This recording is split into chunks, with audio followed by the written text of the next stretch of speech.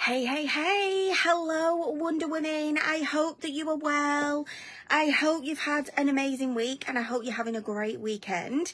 I wanted to come in here and deliver another live. Saturdays might be the day actually when I come in here and go live. I normally try and go live on my Facebook, what used to be my Facebook business profile on a Friday, but yesterday was crazy. I didn't get home until probably going on for 8:30, so there was no chance that I was going to be doing that.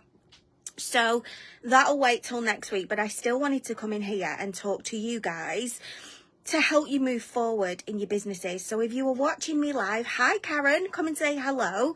Let me know that you're here. If you're catching this on the replay, that's totally okay. Still drop me a comment, #replay, so that I know that you've caught this.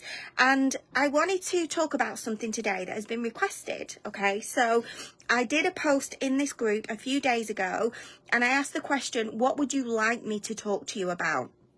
And so Jan Jones has asked that I come in and talk to you about setting priorities. So what are the things that you need to be doing as a priority in your business, and what are the things that could wait until tomorrow? And that's a really, really good topic. And whilst I'm not going to go into it in the detail that I'm going to cover this inside my paid academy, I did want to come in here and talk to you about this because I feel like it's going to benefit so many of you. And I know that we've had a lot of new ladies joining this group recently, so I feel like it's a really valuable topic. So thank you, Jan, first of all. But when we talk about priorities, okay, there are so many things. There are so many tasks if you let yourself think about it when it comes to running a business, okay? And potentially, and I'm willing to bet that many of you in here are the only person in your business, right? So you're the person responsible for doing all of the things all of the time. So I get from my own personal experience, and I know from speaking with other women, that can feel really overwhelming at times, and it can feel scary, and it can feel paralyzing, because if you're not sure where to start or what tasks to work on that are going to help your business move forward and what tasks can wait, you almost get stuck in that place of not taking any action because you just don't know what to do, and it feels so overwhelming. So you're paralyzed then, and maybe procrastination kicks in. So it's a really, really great topic. So the place that I would probably recommend that you start and invite you to start is to just make a list. And I'm not saying you have to do this every day, but start with making a list of all of the things, so all of the tasks that you can think of that need to be done at some point in your business, right? And get yourself a glass of wine, put some music on, allow yourself to just brain dump everything out onto a piece of paper.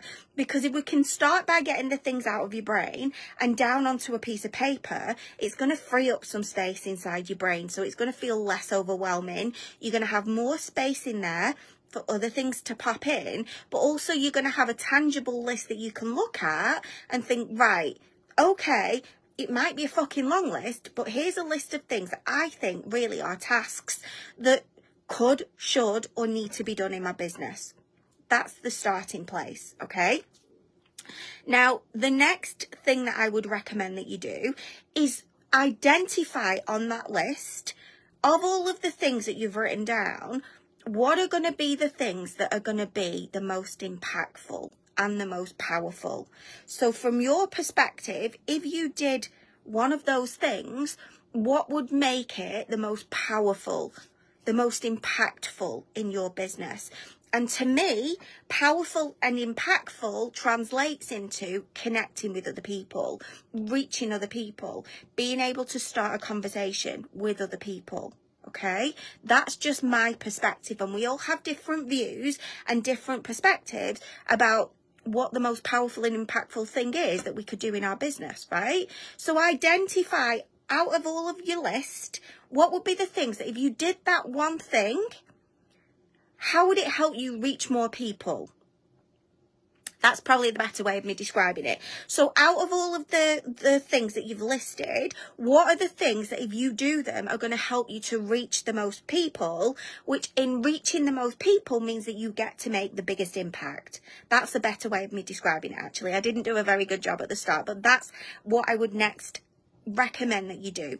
Okay? And then look at your list. So when you've looked at all of those things and you've identified the most impactful and powerful things, out of all of those things, what are the things there that are going to help you to cover more than one area at one time? So how are they going to help you perhaps inspire somebody, allow you to connect with somebody? I've got a thumbs up. How weird. I've got thumb bubbles.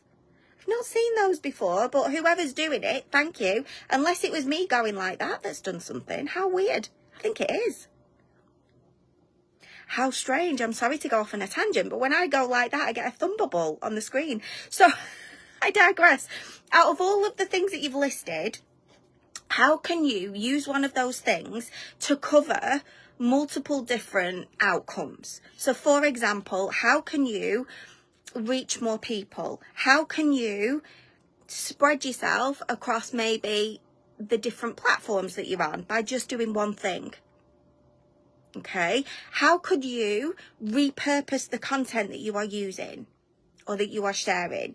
So for example, for me, I have an email list and you might well be subscribed to it. But as part of an email list, I get to email you directly. I get to share some coaching, some sort of mentoring, some sort of inspiration, motivation straight into your inbox, which allows me to reach you. And I also get to start a conversation with you. Okay, so that could be one thing that you want to look at, setting up an email list, right? It could be sharing a Facebook Live on your Facebook, but you download that then and pop it on your Instagram or LinkedIn or TikTok or vice versa, wherever you are. Okay, but for me, when I'm looking at the things that need to be done in my business and to try and make it as easy as possible for myself to prioritize all of the things, I look at what types of things are going to help me reach the most people? What types of things are going to help me make the biggest impact? And stories is another one. Okay, so, excuse me, rather than you posting on your profile, and unless somebody comments or likes, you don't know who's seeing that, probably a more impactful and powerful way of sharing that particular thing is to do a story instead. Because what you get to do then is identify who's connecting with your content, who's watching it. And from that story, you get to just start a conversation with a human. You get to be human. You get to show up from that place and use that story to then connect one-on-one with the people in your audience. So for me, I would probably choose a story over posting on a profile. Okay? And if you can repurpose the things that you're doing, so you post it once and then you take that and use it on a different platform, but maybe you put a different picture with it. Maybe you just change the wording slightly to suit the people that you're talking to. That is something that is going to help you to do more things, to reach more people, and to get things done quicker, rather than sitting at your desk or wherever you are just thinking about all of the things that you've got to do in your business, right? So those really are 3 tips that I wanted to come in and give you. There are so many more things that I could share with you, but I just can't share them on here. There's just not enough time. And this is something that I do cover inside my paid academy, and it's something that I'm going to be walking the ladies through that have actually joined as we go through it. So I wanted to take a snippet of that and share it in here so that you can start perhaps looking at your business a different way. So what also the final thing I want to share with you is start looking at your business like you are the CEO rather than an employee.